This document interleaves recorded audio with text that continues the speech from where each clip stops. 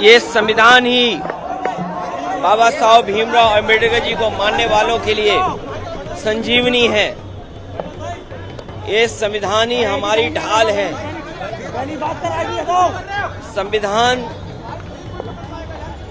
हमारे अधिकारों को, हमारे आरक्षण को, ये बाबा साहब भीमराव अंबेडकर जी का दिया हुआ संविधान ही हमारे आरक्षण और हमारे संविधान को हम सब पीड़ित परिवार को आगे बढ़ने का मौका देता है। आज हम उन्हें याद इसलिए भी करते हैं कि दुनिया का सबसे शानदार उन्होंने संविधान हमें दिया है।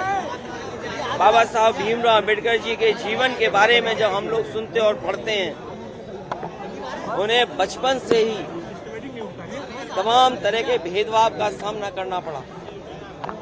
समाज की जो बुराइयां हैं, समय समय पर उन्हें लड़ना पड़ा। शिक्षा ग्रहण से लेकर के जिस समय वो शिक्षा ले रहे थे, वहां से लेकर के जीवन भर उन्हें संघर्ष करना पड़ा।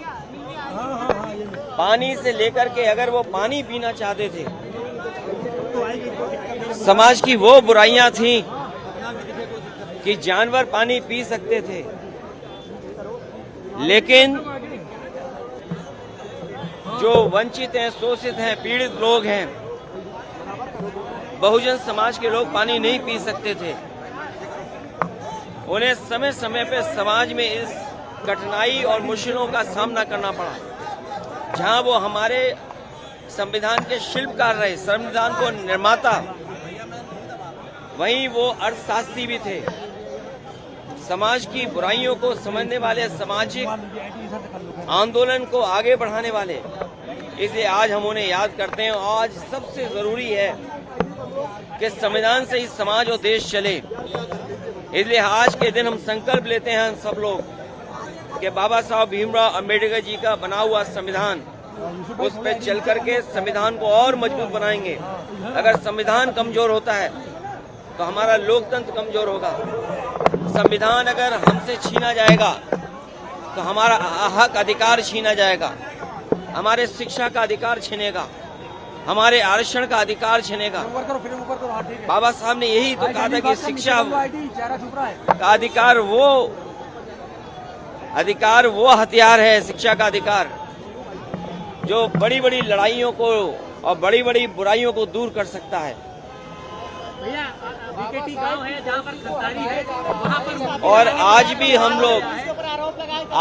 हम लोग देखते हैं कि बाबा साहब भीमराव अंबेडकर जी को या उनकी प्रतिमा को समय समय पर लोग खंडित करते हैं, समय समय पर अपमानित करते हैं।